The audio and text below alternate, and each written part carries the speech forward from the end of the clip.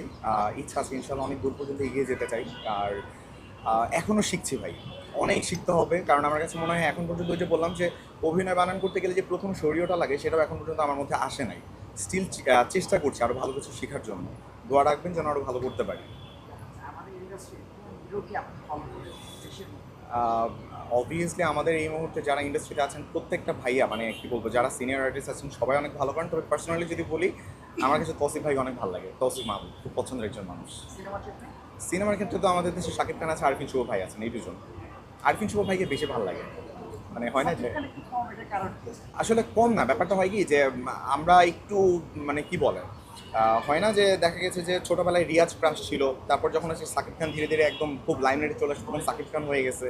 দেন আবার একটা সময় হচ্ছে আমরা আরিফিন শুভকে পেলাম, এখন আরিফিন শুভকে ভালো লাগে, six pack, apps, biceps. So এই ব্যাপারগুলো টানে, আর কিছু না।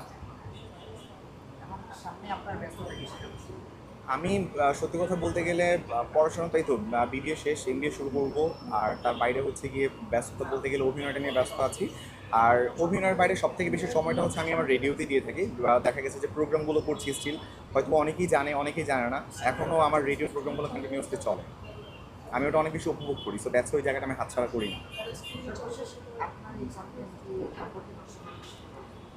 এটুকুই বলবো যে এই কন্টেন্টটা শুধুমাত্র দেখলে হবে না, অনেক কিছু শেখার আছে। প্রথম যে ব্যাপারটা শেখার আছে সেটা হচ্ছে কি, যে এই গল্পে আমরা একটা শ্রেণীর মানুষকে দেখতে পাবো। সাধারণত যেই মানুষগুলোকে আমরা কখনো মূল্যায়ন করতে চাই না, কিংবা আমরা ভাবি যে আরে ভাই ও তো চা দিয়ে বেড়ায়, ঠিক আছে, ও চলে গেলে কেউ থাকলে কি, ও রিটায়ারমেন্টের আবার কি আছে, ও চলে গেছে বাস শেষ, নতুন কেউ আসবে। কিন্তু ফ্যাক্ট হচ্ছে আমরা প্রত্যেকটা মানুষ নিজেদের জায়গা বা নিজেদের অবস্থান কিংবা আমরা যেখানে কাজ করি সেই জায়গাটাকে যথেষ্ট সম্মান করি। ইভেন আমার কাছে মনে হয় এটা আমার জব, আমি এখান থেকে পাচ্ছি, এটা আমার একটা জায়গা, আমি যে কাউকে বলতে পারি যে আমার অবস্থান এটা। আমি আমার সেই অবস্থানে থেকে আমি কখনো না কখনো আমি চাইবো আমাকে কেউ না কেউ কোনো না কোনোভাবে রেওয়ার্ড দেখ, কোনো না কোনোভাবে আমাকে উপহার দেখ, কোনো না কোনোভাবে আমাকে ফেয়ারওয়েল দেখ। এই যে না পাওয়ার একটা ব্যাপার আছে, সেই ব্যাপারটা হয়তো বা আমার চোখে কাজ করে, কিন্তু সমাজে আমার থেকে উচ্চবিত্ত যারা আছে কিংবা উঁচু শ্রেণীর যারা আছে তারা আমাকে একদমই গণ্য করবে না, ভাববে যে আরে বাদ দিই না। জাস্ট এটুকু বলবো যে আপনি উঁচু শ্রেণীতে আছেন তার মানে এই না যে আপনার নিচু স্তরে যে কাজ করছে তাকে আপনি হেয় করে দেখবেন। তাকে জাস্ট একটু সম্মান দিন, একটু ভালোবাসুন, দ্যাটস অল। আর কিছু সে আপনার কাছে চায় না।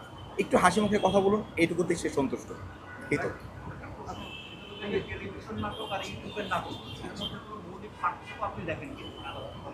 টেলিভিশনের নাটক এবং ইউটিউবের নাটক, বিষয়টা হচ্ছে যে দিন শেষে আমরা এখন সবাই সহজলভ্যতাটাকেই বেশি গ্রহণ করি।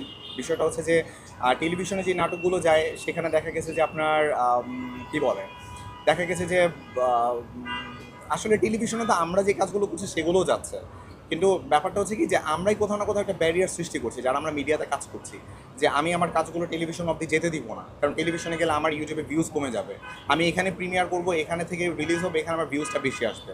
আবার টেলিভিশনের ব্যাপারটা হচ্ছে কি যে ঠিক আছে বা আপনার কাজটা আমরা নিচ্ছি, আপনি আপনার ইউটিউবে পাবলিশ করতে পারবেন না, আমরা পাবলিশ করবো, আমাদের এখানে দুদিন অন এয়ার করবো, তারপর আপনি পাবলিশ করবেন। এই নানান রকম বেড়াচাড়ার জন্য আসলে এই ব্যাপারগুলো একটু হজবরল হয়ে থাকে। সো আমার কাছে জাস্ট মনে হয় যে দুটোতে তেমন কোনো তফাৎ নাই। হয়তো বা এখানে এইটুকু বলতে পারি যে যারা সিনিয়র আর্টিস্ট হিসেবে এখন কাজ করছেন, ইন্ডাস্ট্রিতে লিড করছেন, তাদের কাজগুলো অনায়াসে টেলিভিশনে যাচ্ছে। আবার টেলিভিশন থেকে ইউটিউবে গেলেও সেগুলোতে ভিউজের কোনো কমতি মিলছে না।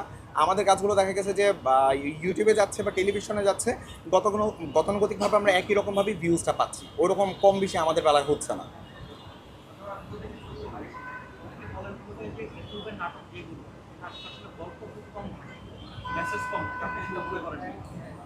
মেসেজ কম থাকে বলবো, যেমন আমাদের এই যে যেই কাজটা নিয়ে আজকে আমরা গল্প করছি বা আড্ডা দিচ্ছি বা কথা হচ্ছে, এই কাজটা যদি দেখেন, এই কাজটা থেকে আপনি ভালো ভালো কিছু মেসেজ পাবেন। দুটো মেসেজ মাসবি পাবেন। একটা হচ্ছে একজন বাবা হিসেবে সে কতটুকু আমাদের জন্য করছে, সে আমাদের কাছে কী প্রাপ্য।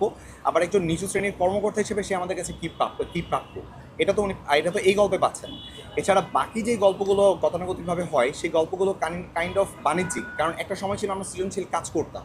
এখন যেটা হচ্ছে যে যদি একটু ভেঙেই বলি, যে যারা হচ্ছে প্রযোজক থাকেন তাদের কথা হচ্ছে যে আমি তো এখানে একটা বাজেট রাখছি, আমাকে তো সেটা পেতে হবে, আমাকে তো বিজনেস করতে হবে। আর বিজনেস করতে হলে আমাকে মাস্ট বি এমন কিছু কাজ দিতে হবে যে কাজ থেকে আমার টাকাটা উঠে আসবে, আমি আনতে পারবো।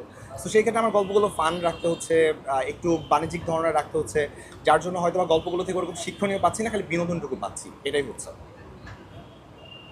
Thank you.